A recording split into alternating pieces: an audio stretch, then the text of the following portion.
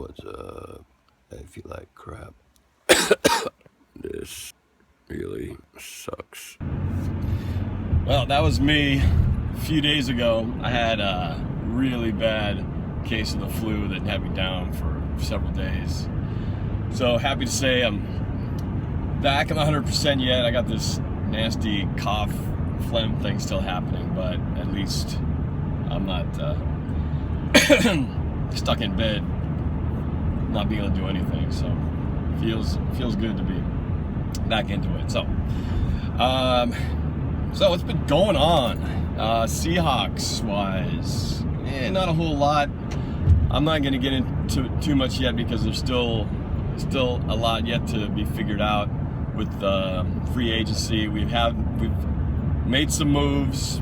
You know, the offensive line seems to be everybody's concern these days, with the fact that we've lost so many of our starters, and we've brought in some new guys, but you know, nothing to really get that excited about. These are like $1 million a year type players, so they're obviously not the top tier guys. But that doesn't mean that they can't work or function in our system. So hopefully Tom Cable can get them whipped into shape. But now I just hope we're not in one of those situations again where we're starting again from scratch and hit the ground starting the new season with a line that still hasn't gelled yet, and you know, having to work through a few losses because of it. So we just got to keep Russell Wilson upright. So hopefully he can keep running, and they can gel quicker than last year and get off to a better start. Yeah, of course we got the draft coming up, but that's a whole nother thing. So one thing that has I was gonna say, so you know, being sick, and I haven't been that sick in a long time. The only positive side to it was when you're can't do anything except lie down. You end up watching a lot of Netflix, or at least for me, I caught up on a lot of my shows. So I ended up watching the rest of House of Cards, which is an awesome show. Kevin Spacey, highly recommended. You haven't seen it yet. So I finished that. Also, finished watching The Making of a Murderer, which was pretty interesting as well. So I caught up on all my shows I usually don't have time to watch. So the only good thing about being that sick. All right. So anyway, that's all behind me now, hopefully for a while. So they recently had the rules committee come up with some new rules for the NFL that are going to impact the way the game's played next year. And jotted a few of the key ones down. And so first one is they've now made a rule that if a player gets 2 unsportsmanlike conduct calls in a game, they will be ejected, automatic ejection. So that's a new one. And my first reaction to it, that I'm okay with it, you know, because it's how often does a player get 2 unsportsmanlikes, right? And really, if they do get that, and unsportsmanlikes, you know, that means you're taunting, or you're, you know, it's non-play related stuff. So it's acting like an idiot anyway. So, you know, I don't think we've had a problem with guys having multiple unsportsmanlikes. So I don't see it being an issue that affects the Seahawks. If you're a Cincinnati Bengal fan, you might be a little concerned because that tends to be a little bit problematic. But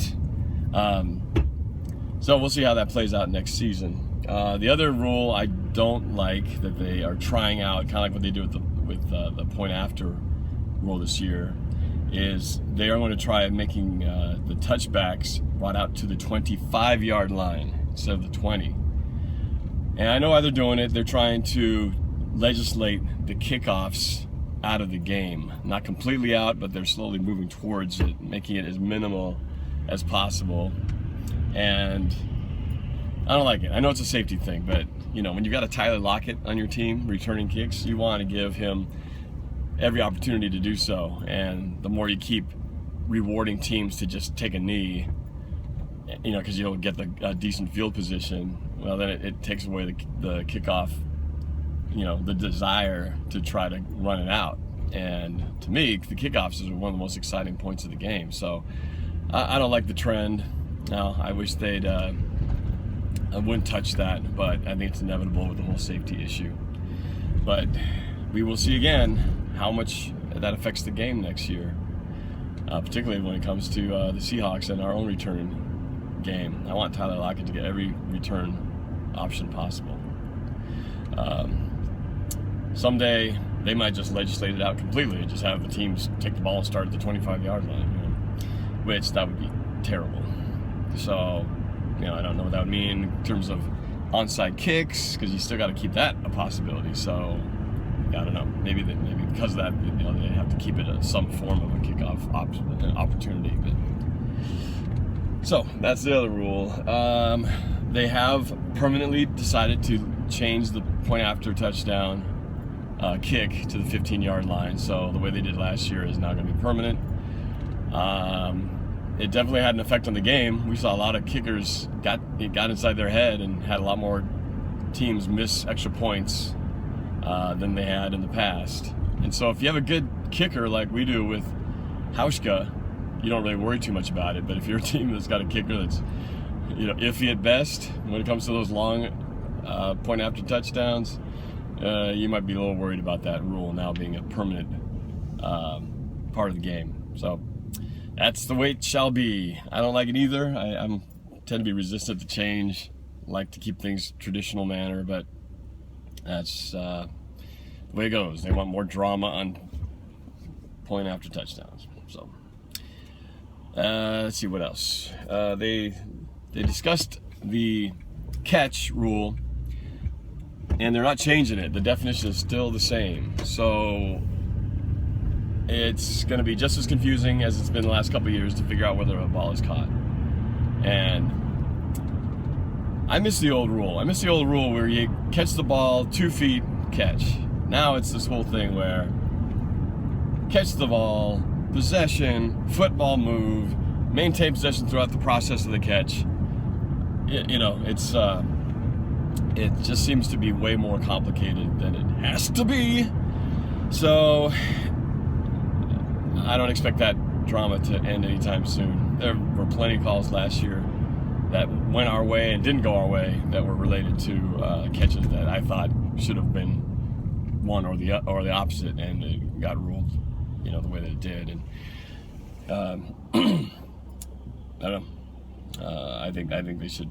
Hopefully, if there's a major problem next year, hopefully they'll simplify, how they make that decision. But for now, it stays the same. So, see what's up with that.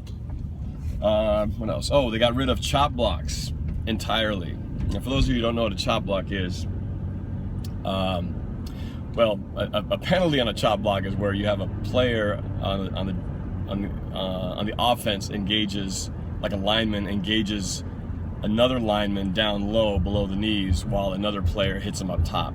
That's an illegal chop block. But what they're saying now is they're going to get rid of all forms of a chop block. So one of the plays that were very controversial, which I'm glad the reason I'm glad they're getting rid of it is because there'd be these plays where you run a run to the left side, and you'll have the lineman shift down the line, and they basically dive at the knees of the opponent lineman and take him out. And a lot of times, if it works well, the guy just drops to the ground, and you take your the defensive lineman out of the equation. The problem with that is you also those guys can get subject to injury, and guys were getting ankles and knees messed up as a result. So I'm glad they got rid of that one. I was actually playing going, I don't know how this is still legal, because talk about injury issues. So no more chop blocks. So what else? Those were the main ones. There's a few other ones, but I'm not going to get to all those right now. Interesting things going on if you're a Rams fan, or in our case, we're not Rams fans, but we watch closely since they're a division opponent. The Rams, as you all know, they're moving from St. Louis to Los Angeles. And as a result, there's a lot of excitement, a lot of buzz, a lot of just, things going on regarding that franchise return to Los Angeles. So the first part of that is that they're going to be covered by Hard Knocks for next season, and which could be a good thing if you're any other team in the NFC West, because usually a team that's in Hard Knocks doesn't do very well. So we'll see if that maintains to be the case. But they're also going to be playing in China in the first ever NFL game to be played, or expansion game to be played in China. They're obviously trying to reach out, brand their product internationally. So, and it's a very, they haven't said who the opponent would be, but it's a very good possibility that, again, with being China way over on this side of the Pacific, west side of the Pacific, naturally West Coast teams might make the most sense as a team to travel to play over there. So, who knows? Maybe 2018 we might see a Seahawks, Rams, Chinese football game over there. So it'll be interesting. I'm not a big fan of Seattle doing any of those international games. We haven't played one in England yet. Obviously if you're the home team, it just takes away a home game. So I certainly don't want to lose a home game to see it go to another country. But I guess if they got to play an away game, that would be the way to do it. But it's a long flight. That crossing the Pacific is a long flight, so not going to be easy on either team. What else? I guess that's it for now.